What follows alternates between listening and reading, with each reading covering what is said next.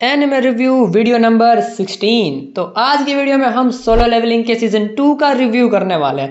Review को start करने से पहले मैं तुम्हें थोड़ा सा जस्टिफिकेशन दे देता हूँ कि मैंने थंबनेल ऐसा क्यों बनाया है। अब ये थंबनेल थोड़ा सा रिस्की बनाया है मैंने, लेकिन मैं देखो थंबनेल बनाने के लिए ना मैं पिंटरेस्ट का यूज़ करता हूँ, जहाँ से मुझे बहुत ज़्यादा रेफरेंसेस और नए नए कैरेक्टर्स के पीएनजी बड़ी इजीली से मिल जाते हैं। तो मैं थंबनेल बनाने के लिए कुछ फीमेल कैरेक्टर का पीएनजी ढूंढ रहा था, जैसा कि चाहेन या फिर वो ए ग्रुप वाले कुछ हंटर्स हैं। आई डोंट नो, मुझे उसका नाम नहीं पता, लेकिन मैं तुम्हें दिखा दूंगा कि वो कौन सी हंटर की बात कर रहा हूँ मैं।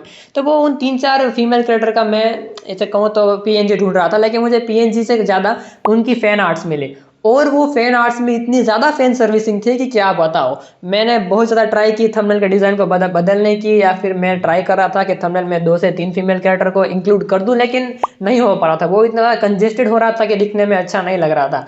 तो फिर मैंने डिसाइड किया कि मैं चाहिन के ऊपर फोकस करेगा। एंड मैंने जब चाहिन को ढूंढा और उसके जो फैन आर्ट्स आए हैं, मतलब लोग अपनी डिज़ायर को सेटिस्फाई करने के लिए इस हद तक फैन आर्ट बना रहे हैं कि क्या पूछूं मैं। यहाँ तक कि वो जो फैन आर्ट्स हैं वो एच एनीमे से भी ऊपर जा रहे हैं। तो मैंने डिसाइड किया कि मैं इस टाइप का थंबनेल बनाऊंगा। एंड ऐसा मैं डिसाइड नहीं कर रहा, एनीमे स्टूडियो जो है यानी कि A1 पिक्चर्स, उन्होंने भी ऐसा ही किया है। मतलब अगर तुम मानवा में चाहिन की बॉडी वो सब कुछ देखोगे, उसके कंपैरिजन में जो उसकी एनीमे वाली बॉडी है उसमें थोड़ी सी थिकनेस तो ज़्यादा है। मतलब चाहिन की साइज बढ़ तो गई है।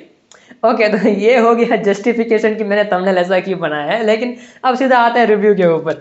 तो जैसा कि मैंने सोलो लेवलिंग के एक और वीडियो में बात करी थी कि सोलो लेवलिंग की जो सीजन 2 की पेसिंग होने वाली है वो बहुत ही ज़्यादा हाई होने वाली है, जो कि हमें देखने को मिला। सोलो लेवलिंग की पेसिंग बहुत ही ज़्यादा हाई हो चुकी थी।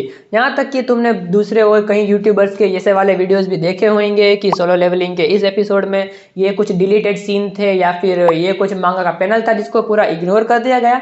वैसे वाले एपिसोड्स वगैरह तुमने देखे होंगे। लेकिन ये सारे की सारी जो चीज़ें हैं कि कौन सा सीन डिलीट हुआ, वो सब कुछ मैटर करता है मानवा वालों लोगों के लिए। क्योंकि मानवा जिन लोगों ने पढ़ी है उन सभी लोगों को पता है कि सोलो लेवलिंग का जो आर्ट वर्क है एकदम पीक गोटेड लेवल के ऊपर है। और हमारे जो A1 स्टूडियो है उसने भी ट्राई करी है ऐसे इससे जो आर्ट वर्क्स है उनके पास टच होने की, लेकिन वो लोग एकदम परफेक्टली मैच नहीं कर पाए मानवा वाले लेवल के आर्ट वर्क को। लेकिन उन लोगों ने बहुत ही अच्छी कोशिश करी है। काइंड में कहूँ तो ओके ओके गुड वाली कंसिडरेशन। एंड सोलो लेवलिंग की जो मानवा था उसके आर्ट वर्क के बारे में मैं क्या ही बोलूं। अगर तुमने मानवा पढ़ी है तुम्हें पता है कि उसका आर्ट वर्क कैसा होने वाला है।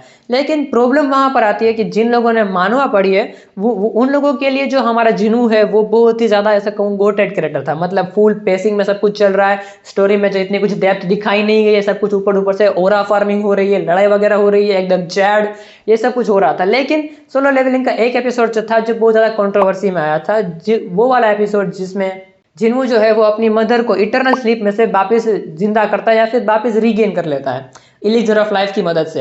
एंड वो वाला एपिसोड जो था उसमें सबसे ज्यादा डिसलाइक थी सोलो लेवलिंग के इंटायर सीजन में। मैं क्रंची रोल की बात कर रहा हूँ, ठीक है, क्रंची रोल में जितने भी एपिसोड थे उन सभी की बात कर रहा हूँ। वो डिसलाइक इसलिए थी क्योंकि सोलो लेवलिंग की जितने भी एपिसोड हैं उसमें पेसिंग बहुत ही ज़्यादा अच्छी थी। हमारे सन जिन्हो को दिखाया गया था कि वो एकदम चैड है, एकदम स्ट्रॉन्गेस्ट ऑफ स्ट्रॉन्गेस्ट, वैसा वाला सबको दिखाया गया था। लेकिन जैसे ही उसकी मदर वाला सीन आया तो उसमें पेसिंग एकदम से स्लो कर दी गई। सीधा सीधा मतलब ऐसे तुम तेज तगार आ रहे हो, एकदम से ब्रेक मार दी उन लोगों ने। एंड वहां पर हमने जिन्हों को रोते हुए भी देख लिया। अब मेरे लिए तो ये मूवमेंट बहुत ज़्यादा अच्छी थी क्योंकि जिस मकसद से जिन्हों ने ये सब कुछ स्टार्ट किया था हंटर की जर्नी, वो उसने सक्सेसफुली अचीव कर ली थी। लेकिन बहुत सारे लोगों को ये पसंद नहीं आया। स्पेशली मैं बात करूं तो जो नए एनिमे व्यूअर्स हैं जिन्होंने सिर्फ एनिमे देखी है, मैं उनकी बात कर रहा हूँ। ऐसा नहीं है कि सारे के सारे लोगों को पसंद नहीं, कुछ लोगों को पसंद भी आई, लेकिन मेजोरिटी को पसंद नहीं आया एपिसोड, क्योंकि वो नहीं चाहते कि हमारा चैट रोते हुए दिखे। हमें तो फाइट्स देखनी है और ओरा फार्म करना है। अब ये तो सब लोगों का अपना अपना ओपिनियन होता है कि सबको क्या पसंद है क्या नहीं पसंद है। मेरी बात करूं तो मुझे वो सीन बहुत ज़्यादा अच्छा लगा। फिर जब हमारे सन जिन्हों की जितनी भी फाइट्स हुई है, जैसे कि सबसे पहले वो एल्फ वाले आइस वाले एल्फ के साथ फाइट करी गई थी, फिर वो टस्क के साइड फाइट करी गई थी, और उस वाले फाइट में जितनी भी फीमेल कास्ट दिखाई गई थी आई लव देम। मतलब एनिमे वालों ने कुछ तो बढ़िया किया है। दूसरी तरफ जितनी भी सन जिन्हों की जैसे फाइट थी, बारान वाली फाइट, वो मुझे बहुत अच्छी लगी। अब ये मैं ऐसा क्यों कह रहा हूँ क्योंकि जो सन जिनो की जो बेरू के साथ जो फाइट हुई थी वो बहुत ज़्यादा फास्ट फाइट थी। मतलब कहीं से भी कुछ भी हो रहा है, तुम अगर उन लोगों ने जो है वो सन जिनू को रिप्रेजेंट करने के लिए एकदम ब्लू कलर की लाइंस वगैरह उसका इस्तेमाल किया था, और बेरू को रिप्रेजेंट करने के लिए रेड कलर की लाइन वगैरह, और भी उन लोगों ने जो एनिमेशंस डाले हैं, आए है मजा आ गया था। ऐसा नहीं कह रहा कि वो जो फाइट है वो बहुत ज्यादा खराब थी, बहुत ही अच्छी फाइट थी, लेकिन उस फाइट की स्पीड इतनी ज्यादा थी कि अगर तुम बीच में से फाइट देखोगे तुम्हें पता नहीं चलेगा कि फाइट में क्या चल रहा है। मतलब ऐसा लगेगा कि यहाँ से यहाँ दो लाइनें भिड़ती जा रही है, कुछ हो रहा है। दूसरी तरफ जो बारान की फाइट थी वो थोड़ी सी स्लो फाइट थी कंपेयर टू हमारे बेरू के साथ जो फाइट हुई थी उससे, एंड इसीलिए मुझे बैरन वाली जो फाइट थी वो बहुत ज़्यादा अच्छी लगती थी। एंड जो बैरन का ड्रैगन था उसके बारे में तो क्या ही बोलूँ मैं। तो एट दी एंड मैं ये कहना चाहता हूँ कि सोलो लेवलिंग की जितनी भी फाइट्स थी वो सब कुछ बहुत ही बढ़िया था, मतलब मज़ा आ गया था वो सही फाइट्स देख के। एंड क्लिफ हैंगर्स, मुझे अभी याद आया क्लिफ हैंगर। भाई सोलो लेवलिंग के एनिमेटर्स ने क्या क्लिफ हैंगर्स बनाया है, मतलब हर एक एपिसोड में क्लिफ हैंगर ही क्लिफ हैंगर। जैसे कि हमारे जिन्वू को जेजू आयरन मारा था तो वो बोलता है एक्सचेंज क्लिफ हैंगर। फिर जैसे ही हमारा बेरू जो है वो उस एस रैंक हंटर को गला काट देता है, फिर बेरू की आंखें दिखाई जाती है, क्लिफ हैंगर, एपिसोड वहीं पे खत्म हो जाता है। फिर जब हमारी चाहेन को जिंदा करने के लिए हमारा जिन्वू कुछ और करने वाला होता है, वो पीछे देखता है, क्लिफ हैंगर। मतलब क्लिफ हैंगर बहुत ज्यादा भरे पड़े थे। मैं आउटरो को देख के पक चुका था कि भाई मुझे आउटरो नहीं देखना है।